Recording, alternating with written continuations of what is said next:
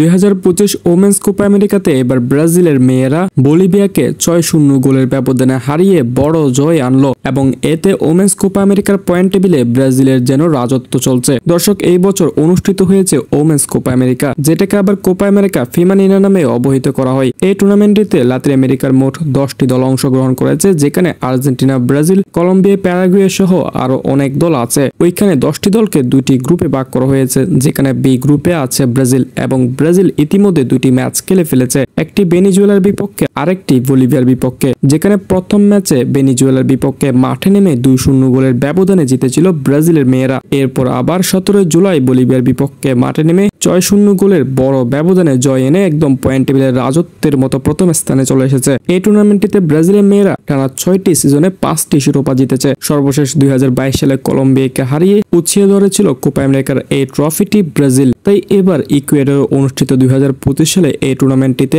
আবারও একইভাবে রাজত্ব চলছে ব্রাজিলের মেয়েদের। তার 2 ম্যাচে টের পেয়েছে পুরো বিশ্ব। বর্তমানে ব্রাজিল 2টি ম্যাচ খেলে 2টিতে জিতে মোট পয়েন্ট সংগ্রহ করেছে 6 এবং তাদের জিটি 8+। এই নিয়ে বি গ্রুপের প্রথম স্থান অধিকার অর্জন করেছে ব্রাজিল। এছাড়াও বি গ্রুপের পয়েন্ট টেবিলে 2 নম্বরে আছে প্যারাগুয়ে, 3 নম্বরে কলম্বিয়া এবং 4 নম্বরে ভেনিজুয়েলা, সেই সাথে 5 নম্বরে আছে বলিভিয়া। অন্যদিকে এ গ্রুপে রয়েছে ইকুয়েডর, চিলি, আর্জেন্টিনা, উরুগুয়ে এবং পেরু। দর্শক, এ গ্রুপ এবং বি গ্রুপ থেকে মোট 2টি করে দল সেমিফাইনালে আসবে, অর্থাৎ এ গ্রুপের টপ পজিশনে থাকা 2টি দল এবং বি গ্রুপের টপ পজিশনে থাকা 2টি দল করে মোট 4টি দল আসবে সেমিফাইনালে এবং এখান থেকে নির্ধারণ হবে ফাইনাল ম্যাচ। যাই হোক, ব্রাজিল এখনো বি গ্রুপের পয়েন্ট টেবিলে প্রথম স্থানে অবস্থান করছে এবং ব্রাজিলের আগামী ম্যাচ প্যারাগুয়ের বিপক্ষে, যে ম্যাচটি অনুষ্ঠিত হবে 23 জুলাই বাংলাদেশ সময় অনুযায়ী ভোর 6টা বাজে। দর্শক, আপনাদের কি মনে হয় 2025 সালে কি আবারও চ্যাম্পিয়ন হতে পারবে ব্রাজিল? আপনাদের মন্তব্য জানাতে পারেন কমেন্ট সেকশনে।